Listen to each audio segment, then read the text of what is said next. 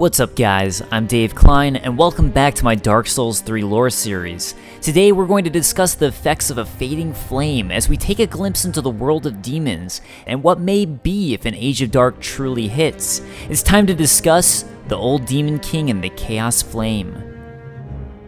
Back during the Age of Lords and before the events of Dark Souls 1, the Witch of Izalith inherited a Lord Soul of Life from the fire. But, as the fire inevitably began to fade, she attempted to do something different. As opposed to linking the flame and adding more kindling to the fire, the Witch of Izalith attempted to duplicate the first flame from a soul, but instead created a distorted being of chaos and fire. As fire sorceries were the witch's trade, and the means by which she and her daughters helped defeat the archdragons, this seemed like a natural solution. Why sacrifice yourself when you could just create a new flame? The effects of this new flame were dire, as its power formed a bed of life which would become the source of all demons. The flame of chaos engulfed Mother and my sisters, and moulded them into deformed creatures. Only I escaped.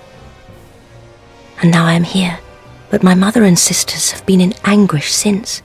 Two of her daughters, Quelaag and the Fair Lady, became spider demons, and she herself a strange and fragile bug, Quelana being the sole daughter to escape unscathed. This affected more than just Izalith, however, with the demons spreading out and causing a war between Gwyn's Leal Knights and the Children of Chaos.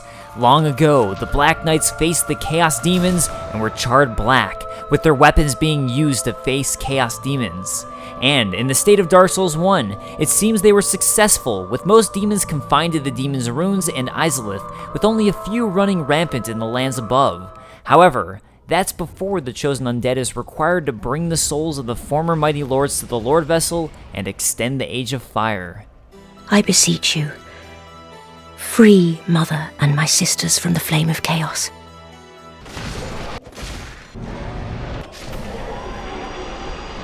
The bed of chaos and bed of life for all demons is destroyed, and without the source of its power, we're brought to Dark Souls 3, where we see the direct result of the faded flame.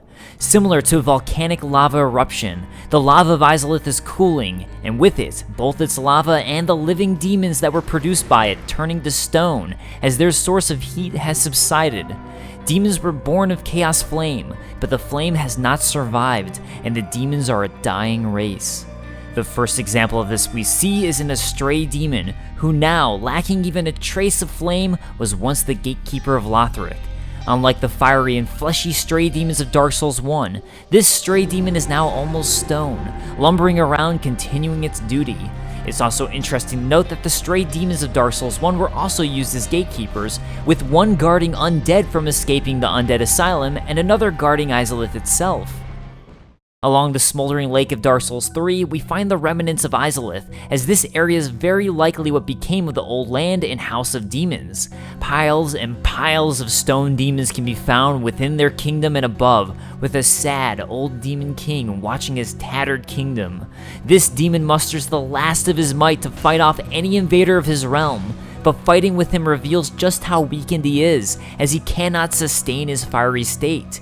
The shriveled old Demon King is now like a clump of burnt ash, but he is the last living witness of the chaos of Izalith. Deeper down we find the remnants of another witness of the Chaos Flame, the Fair Lady and a corpse hugging her. This corpse contains Quelana's pyromancy tome and is very likely the remains of Quelana hugging her sister as they both faded from existence. It's worth noting that the Fair Lady, who was twisted by the Chaos Flame, has been turned to stone, while Quelana's corpse seems to be a normal corpse as she escaped the flame. This area contains multiple Easter eggs for those paying attention. Beyond Quelana hugging her sister, as I discussed before, we know the Black Knights warred against the demons in Dark Souls 1. In the Old King's Antechamber and Demon Runes, we find a Black Knight beyond an illusory wall fighting off against Gru, which in appearance is similar to the demons of yore.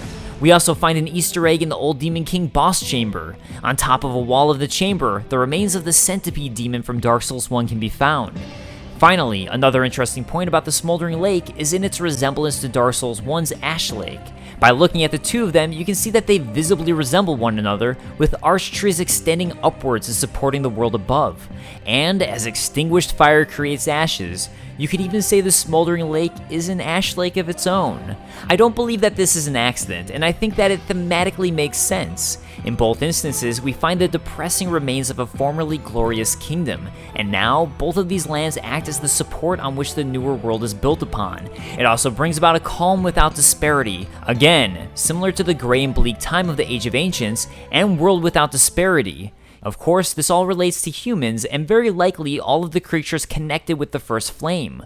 Demons born from fire board smoldering essence and perish soon after. Man shares this rapport with the flames to this day. It's here in the Smouldering Lake we see the direct result of the demons losing their chaos flame and bed of life. They are a dying race, and their world has been reverting to something akin to Ash Lake and the Age of Ancients.